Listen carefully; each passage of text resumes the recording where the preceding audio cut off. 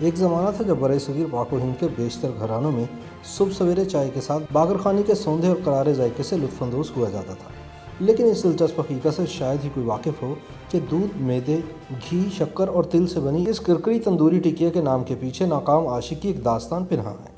جی ہاں، باقر خان اور خوانی بیگم کا قصہ محبت۔ بہت کم لوگ اس حقیقت سے واقف ہوں گے کہ باقر خوانی کا اصل وطن بنگال ہے۔ بنگلہ دیش کے دارالحکومت ڈھاکہ میں باقر خوانی 18ویں صدی کے وسط سے بنائی اور کھائی جا رہی ہے۔ ویسے تو تمام تندوری پکوان اور روٹیاں مغلوں کے دور حکومت میں ہی برصغیر میں متعارف ہوئے۔ مثال کے طور پر نان خطائی، شیرمال، تافتان اور دیگر اسی اقسام کے نان ایران اور وسطی ایشیا سے ہندوستان میں وارد ہوئے تھے۔ روایات کے مطابق باقر خوانی کا نام دراصل ایک شخص باقر خان کے نام پر رکھا گیا ہے۔ کہا جاتا ہے کہ آغا باقر خان نواب سراج الدولہ کے دور حکومت میں چٹاگانگ میں ایک فوجی جرنیل تھے جو آرام باغ کی خوانی بیگم نامی ایک رقاصہ کے عشق میں مبتلا ہو گئے۔ شومیہ قسمت کے خوانی بیگم پر شہر کے کوتوال زین الخان کی نظریں بھی لگی ہوئی تھیں، جو کہ ایک وزیر کا بیٹا تھا۔ اس نے خوانی بیگم کے ساتھ مراسم بڑھانے کی کوشش کی، لیکن وہ تو باقر خان کی محبت میں دیوانی ہو چکی تھی۔ جب زین کو تمام تر کوششوں کے باوجود خوانی بیگم کا التفات حاصل نہ ہو سکا تو یہ ختم ان کو اغوا کر کے جنوبی بنگال لے گیا اور اسے قید خانے میں ڈال دیا۔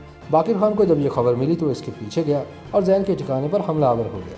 جنرل باقر خان اپنی خوانی بیگم کو زور بازو پر آزاد کروا لیتا ہے۔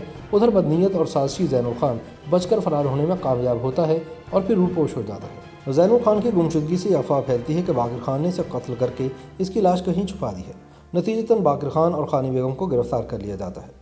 باقر خان کو سزائے موت سنا دی جاتی ہے اور اسے ایک شیر کے پنجرے میں ڈالنے کا حکم دیا جاتا ہے۔ جب باقر کو شیر کے پنجرے میں ڈالا گیا تو اس نے بہادری اور جوامردی سے شیر کا مقابلہ کیا اور اسے ہلاک کر کے فرار ہو گیا۔ اس دوران بدنیت زین الخان دوبارہ خوانی بیگم کو اغوا کر لیتا ہے اور اپنے ناپاک ارادوں میں ناکام ہونے کے بعد طیش میں آ کر خوانی بیگم کو قتل کر دیتا ہے۔ اس کے بعد زین خود اپنے باپ جہاندار خان کے ہاتھوں مار دیا جاتا ہے۔ بعد ازاں جنرل باقر وہاں پر اپنی محبوبہ خوانی بیگم کی یاد میں ان کا مزار تعمیر کرتے ہیں اور یہ علاقہ باقر گنج کے نام سے معروف ہو جاتا ہے۔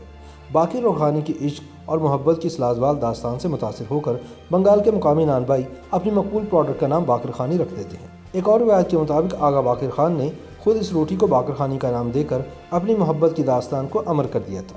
اسی طرح باقر خوانی ڈھاکہ سے بنگال اور پھر پورے برصغیر تک پھیل گئی۔ YouTube پر گوگلی نیوز دیکھنے کے لیے youtube.com کی سرچ بار میں googly news T V type کریں۔ گوگلی نیوز کے پیج پر سرخ رنگ کے سبسکرپشن والے بٹن پر کلک کرنا نہ بھولیے۔ YouTube پیج پر اپلوڈ ہونے والی ویڈیوز سے باخبر رہنے کے لیے بیل آئیکن پر کلک کیجیے۔ آپ کو ہر نئی ویڈیو کے بارے میں نوٹیفیکیشن موصول ہو جائے گا۔